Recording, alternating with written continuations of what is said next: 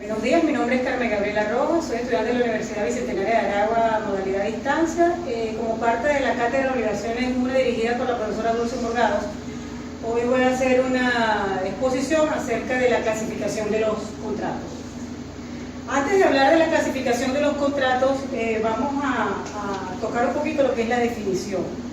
El contrato es una convención entre dos o más personas para constituir, reglar, transmitir, modificar o extinguir entre ellas un vínculo jurídico. Es un acuerdo entre partes para hacer alguna cosa, para acordar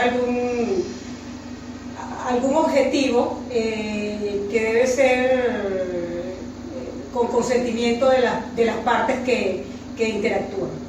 Está regulado en el Código Civil venezolano, en el título 3 de las obligaciones, y los artículos donde se encuentra contenida esta regulación son desde el artículo 1133 al 1172. En ellos se puede ver el inicio, ejecución y todos los procedimientos a realizar para la constitución de un contrato o llegar a formalizar una formalización de un contrato. Los elementos esenciales que debe contener el contrato son el consentimiento, pues debe haber manifestación de voluntad entre las partes que van a realizar esta convención. El objeto debe estar previamente establecido, deben saber el para qué es el contrato, si es un contrato de trabajo, por la prestación de un servicio, o es por un arrendamiento, van a arrendar alguna casa, o el mandato, que es la gestión, la gestión de algún negocio, entre otras cosas. Y la causa debe ser lícita. Debe estar establecido en el ordenamiento jurídico del país. Por ejemplo, no pudiéramos contratar para comprar algunas partes de un vehículo robado. Eso no se puede realizar porque es algo ilícito. Las partes son de un vehículo que fue robado anteriormente. Entonces eso no puede estar contenido dentro de las cláusulas o formalidades de un contrato. Bueno, ahora sí vamos a hablar de la clasificación, y dentro de la clasificación tenemos los contratos unilaterales o bilaterales, gratuitos o onerosos, principal o accesorio, solemne, real y consensual, conmutativo o aleatorio. Ahora vamos a hablar de cada una de estas clasificaciones del contrato. En cuanto a la clasificación de contrato unilateral, es aquel que genera obligación solo en una de las partes. Se encuentra contenido dentro del artículo 1134 del Código Civil, y dentro de estos ejemplos tenemos el préstamo, la prenda, el comodato, la fianza, entre otros. Esto lo que quiere decir es que a pesar de que en el contrato participan dos partes, solo una de ellas se obliga a la contraprestación.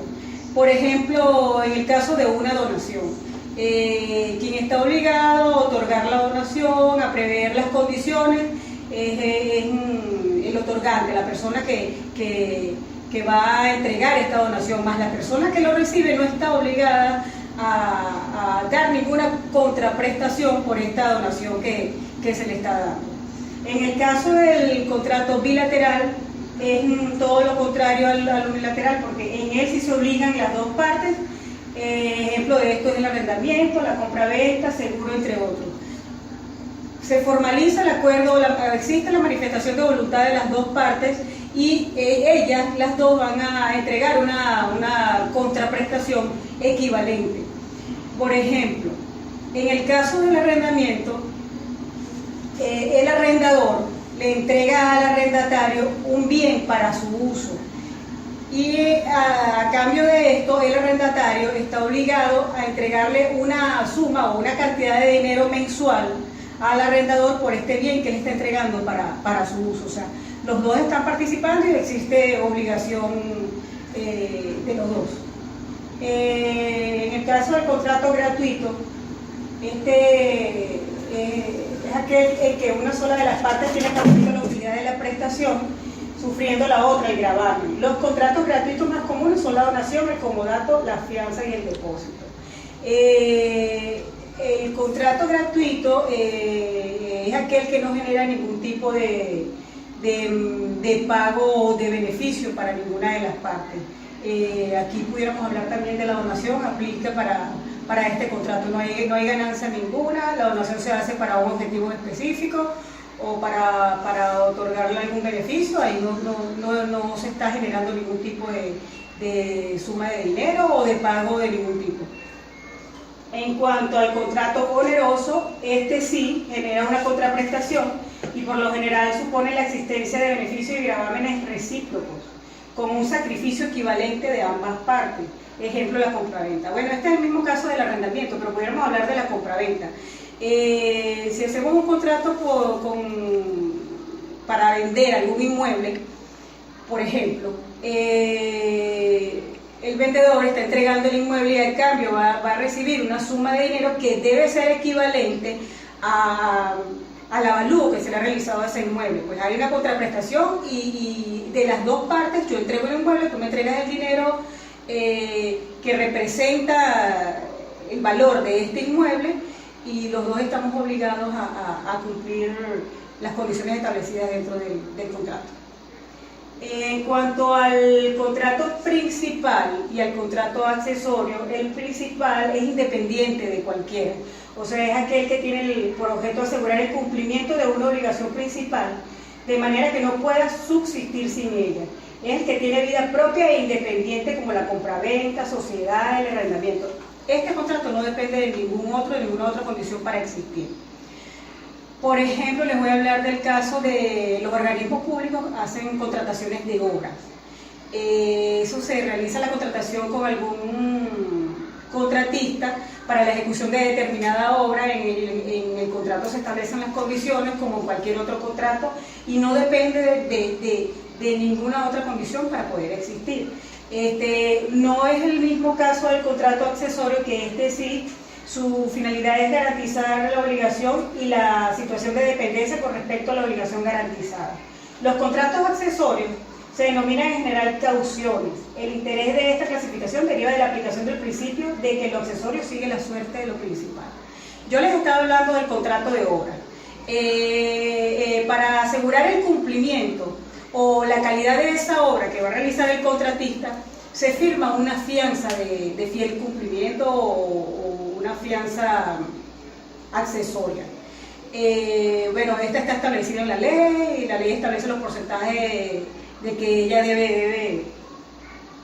deben firmar. Y generalmente la hacen las aseguradoras o el mismo contratista permite que le haga una retención de un porcentaje del monto global de la obra. Pero el objetivo principal de este contrato es garantizar el total cumplimiento de la obra como se había descrito en el contrato, como está establecido en el contrato, y aparte pues garantizar su calidad en el tiempo, que se preserve en el tiempo.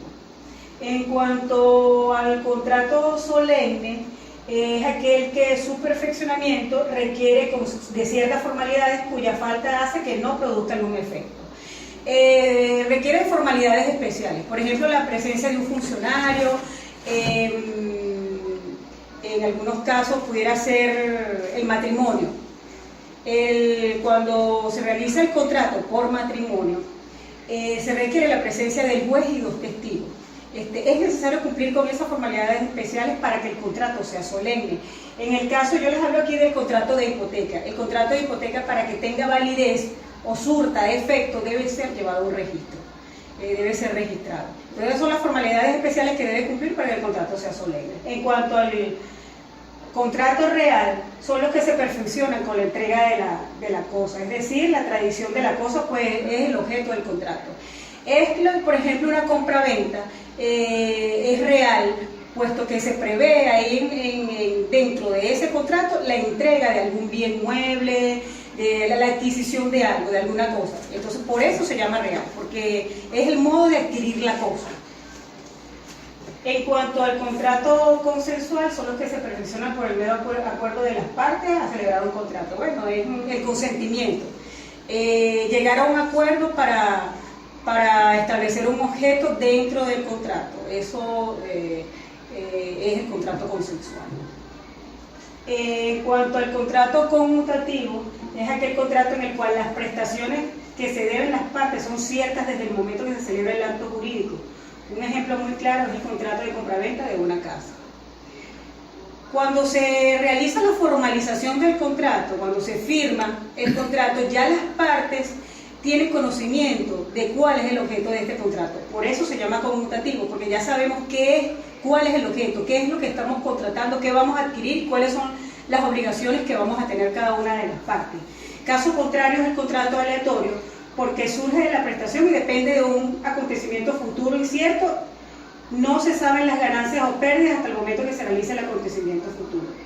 En este caso pudiéramos hablar de la cosecha llamada de esperanza, apuesta o juego. Son casos fortuitos, no sabemos qué va a pasar, no sabemos cuáles van a ser las ganancias, incluso no sabemos si van a ser ganancias o van a ser pérdidas, porque son acontecimientos que se van a dar a futuro. Bueno, de esto que les he hablado es la clasificación de los contratos. Muchas gracias por su atención, pues espero haber cumplido con lo requerido en la cátedra.